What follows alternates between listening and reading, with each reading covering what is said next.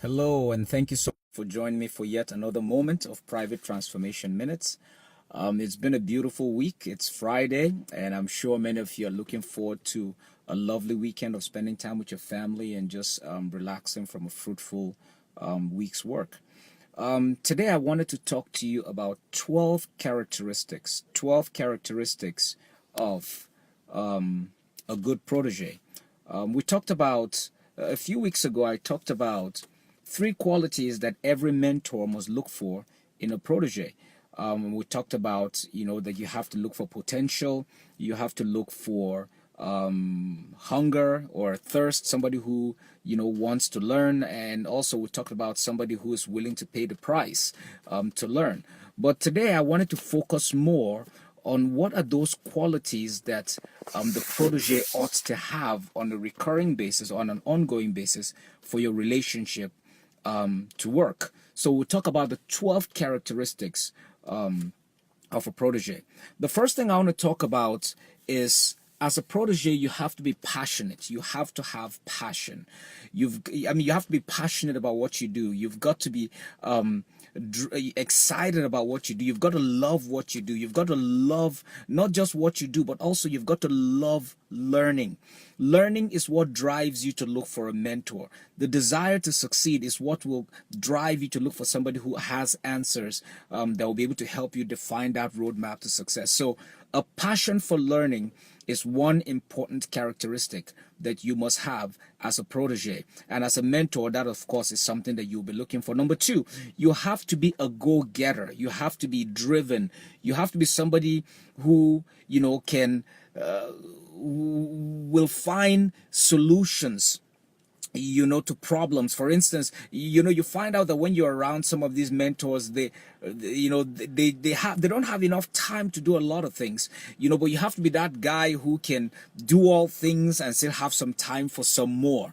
And that in itself is very important. You have to be a go-getter. You have to be driven. You have to be committed. You have to be somebody who is always ready to go out there to get things done. You have to be self-motivated, if I'm to put it that way. Number three, you have to be transparent. You have to be honest. You have to be open. Mentorship without transparency does not work, because that would mean you're literally living a lie. In order for your mentor to get to a point of trusting you and opening up to you, they have to know also that they can trust you and that you're transparent with them. Transparency covers every aspect, from your challenges in the past, your challenges in the present. You have to put aside your pride. You have to put aside your ego and really open up. Be willing to be vulnerable with this person, in that platform of transparency, in order for you to get the best from them. Somebody posted a question earlier today saying, at what point can a mentor begin to open up areas of vulnerability or areas of weakness to their life to a protege? To me, I think it's variable, and I think it falls into this whole transparency conversation. You have to have reached that point in your relationship with your mentor that your mentor knows this person is open to me in every area. This person is honest with me in every area. And as you begin to build that friendship and that relationship, they can trust you enough to say, hey, you know what? I blew it so and so times, or in so and so situations, and this is how I've over the course of my life made these changes to improve the quality of my experiences as well. Number four, you have to be a good listener. You have to be a good listener, because your mentors, what they do is that they give you information, they teach you stuff, they give you access to several things that will be able to help you. You see, you just have to listen. Sometimes it's in the stories, it's in the jokes, sometimes it's in the casual interactions that you learn some of their greatest secrets. Somebody told me that the secret to great men is hidden in their stories. So I pay attention to every opportunity and to every interaction that I have with my mentors, because it might be an opportunity for you to learn something new. Number five, you have to be observant. Why? Because a mentor gives you access to their private space. So you have to open your eyes. The greatest way you can observe, when you have access to a mentor too often, is by the things they do, is by the way they conduct themselves, is by the way they interact, is by the way they put things in the order around them. So it is important for you to look and be observant, not just looking for the sake of looking, but looking to learn. So being observant is one key attribute or one key characteristic that any good mentor, good protege ought to have. Number 6, you have to be a self-starter. Now, a mentor's job is to give you information, to teach you, to give you access to what they know. But you have to take what they've given you and go do something with it. That means you have to drive yourself. You've got to push yourself when you don't feel like it. When you feel I should just go take a nap. No, maybe you should go further. Don't be self-driven or be motivated or be or be committed only when the mentor is around. You have to be a self-starter. You have to be somebody who can schedule things around your own time and get things going. Number 7, you have to be confident. You have to be confident in yourself. Your mentor gives you a lot of information, but you take that information and you make decisions for yourself. Is this applicable to me? How can I condense what I have received into a soluble form and apply it to get results? So it is always important for you to have confidence in your ability to not only to translate that information that you have received into something that you can put to use, but also be confident in the fact that you will be able to produce results based on what it is that you have received. Number 8, you have to be a committed person. You have to be loyal to that relationship. You see, now I understand that things happen, people fall apart, and challenges come into relationships. But as long as you're part of a mentoring relationship, you have to be loyal to it. Once loyalty is breached, once commitment in a relationship is breached, there is nothing left in it. It's just a social. There's no way you can have a mentor without loyalty in followership, loyalty in making sure, because sometimes you will find yourself in a situation with a mentor that is uneasy or uncomfortable, or you find your mentor may have messed up in more ways than you can imagine, but it is your responsibility to try and cover them. I've been in several mentoring relationships. Some of the things that I have seen over the years, but said nothing about, it's because of my loyalty to that situation or to that relationship. But a time comes where you have to make a choice, either to walk away and walk away quietly, or you find yourself being pushed into an uncomfortable situation that you might end up doing stuff that you would either regret or that might not benefit both you and the mentor long term. But loyalty is key to a successful relationship. Loyalty is important in order for you to receive the trust and the admiration of a mentor. Number 9, you have to be open, both mentally and emotionally, and you have to be open-minded. That's the word I'm looking for.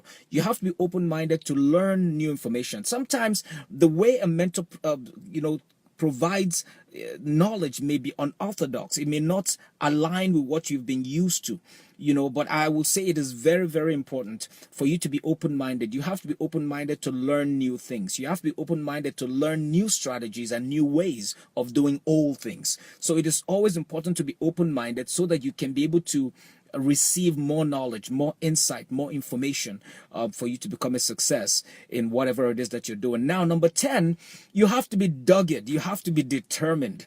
You have to be, I remember the story. Here's one interesting story from the scriptures. It talks about Elijah and Elisha. There are several times where, the prophet told Elisha, go away, get back from me, but yet he said, no, as long as the Lord liveth, I'm going with you. Meaning that you have to be determined, you have to be dogged, because your life, your destiny, everything is hinging on this relationship. Sometimes a mentor might not see the value or may not understand why you believe that they are the key to the unlocking of your next level in life, but that onus, that push for that relationship must come from you. It does not come from the mentor. So every good protege must understand that in order for me to grow in this relationship, I have to be dogged, I have to be determined, I have to be driven. We've talked about that and being a go-getter. That is so important. You have to be dogged, determined, to make that relationship work. Number 11 is you have to be ready. You've got to be ready. You have to be prepared to take on tasks and responsibilities. It means that especially like if your relationship with your mentor is one that requires traveling or serving them or doing things, you'll find yourself waking up earlier and staying later, meaning that there will be times where you can barely stand on your feet, and taking shots and shots of espresso is not even enough to keep your eyes open. But you have to be prepared to take on more responsibility, because part of the relationship that a mentor, part of the benefits that a mentor brings into your life is to stretch you, is to challenge you to be able to do things. So you must be ready to take on things that you otherwise may not take on a regular basis. So the readiness and the preparedness to take on more is one very important benefit or characteristic that any good protege must have. And then number 12, be thankful. Be appreciative of the fact that this individual is investing their life into you. They're investing their time into you. They're investing everything that they are, the knowledge, the wisdom, the expertise that they've gathered over years. They're giving it to you. And in most cases, getting nothing back for it. So appreciation goes a long way. We tend to show appreciation in several ways, which could be monetarily. Maybe from time to time you write them a check if you feel like it, but it is not required. However way you want to show your appreciation is a good way to show your appreciation. So I want to say thank you so very much for joining another moment of Private Transformation Minutes this afternoon.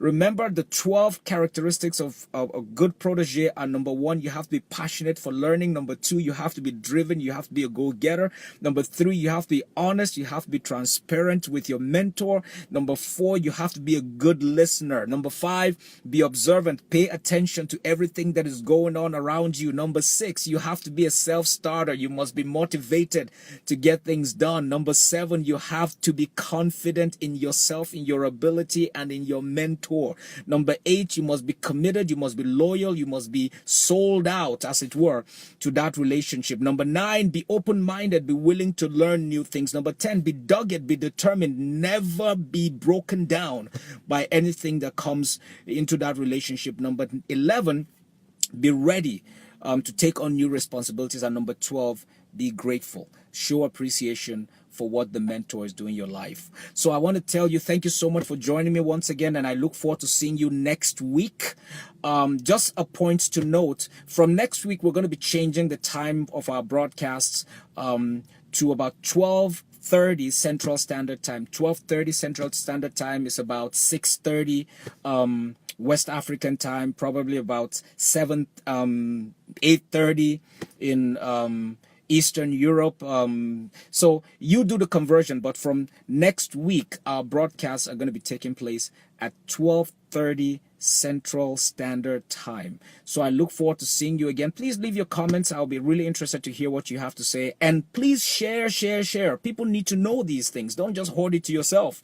Share this information out on your timelines. Share it out to other social media platforms, and let people be blessed by the Private Transformation Minutes that we've been sharing with you. So God bless you. Have a great weekend. And I would look forward to seeing you again. Same place next week on Private Transformation Minutes. God bless you. Have a great weekend.